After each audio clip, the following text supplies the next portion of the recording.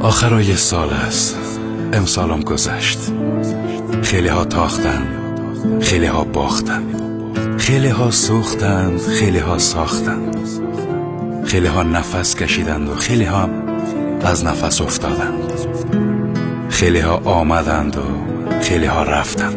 کسایی که آمدند شاید همیشه نمانند، ولی کسایی که رفتن بر همیشه رفتن. زندگی بسیار سخت است، اما گاهی به سختیش میارزد. مهم نیست که دنیا بسیار نامرد است، مهم است که ما مرد باشیم و قدر همدیگه خود بفهمیم.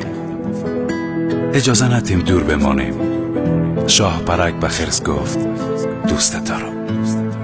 خرس گفت حالا میخوایم بخوابم، باشه وقتی که بیدار شدیم حرف میزنیم.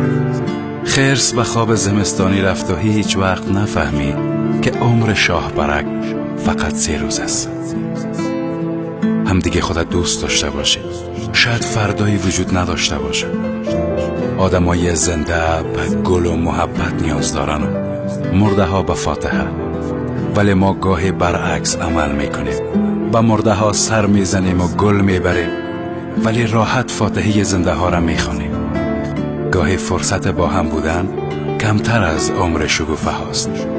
بیاین ساده ترین چیزها را از هم دریغ نکنیم. محبت.